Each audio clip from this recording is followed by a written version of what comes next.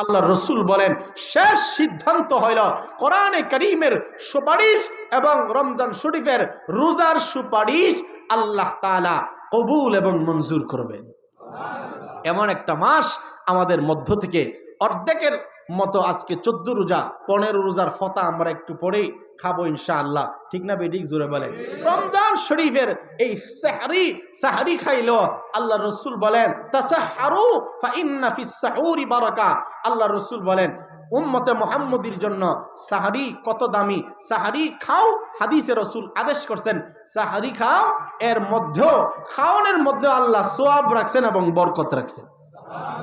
এবং রোজা রাখার পরে শেষ যেই টাইম আল্লাহ রসুল বলেন ইন্না লিস-সাইমি ইনদা ফিতরিহি লা তুরাদ্দু দাওয়াতান লা তুরাদ্দু।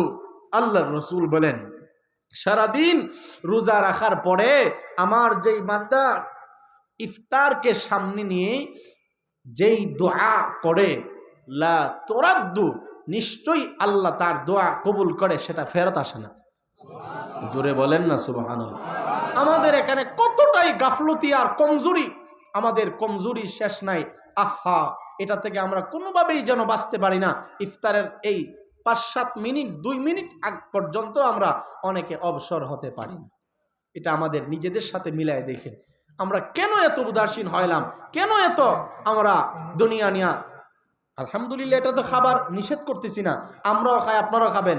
আমাদের বুজুর্গানি দিন এই শিক্ষা দিয়েছেন যে রমজানের এই ইফতারের 2-4 মিনিট আগে অন্তত আল্লাহর জন্য সব কর্ম থেকে ফারিগ হবে। বলেন ইনশাআল্লাহ। রাসূল বলেন ক্বালা রাসূলুল্লাহ সাল্লাল্লাহু আলাইহি ওয়াসাল্লাম লিস-সাইমি ফারহাতান, ফারহাতুন ইনদা ফিতরিহি ওয়া ফারহাতুন ইনদা লিকাই রাব্বিহি। আল্লাহর রাসূল বলেন রোজাদারের জন্য 2টা আনন্দ।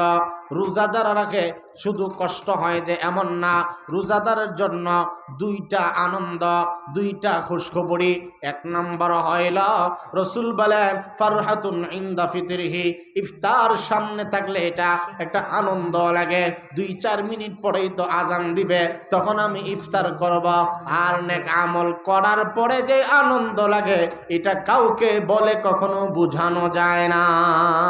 যে কোনো নেক আমলের একটা মূলনীতি হইল, একটু খেয়াল করবেন, দেখবেন বাস্তবতার সাথে মিলিয়ে যে কোনো নেক আমল করার আগে এটা কি বুঝা মনে হয়, অনেক কঠিন মনে হয়। যেমন তারাবির নামাজ আমরা যারা পড়াই আমাদের জন্য অনেক সময় কষ্ট মনে হয় যে আহারে আজকের তারাবিটা তো অনেক কঠিন তেলাওয়াত।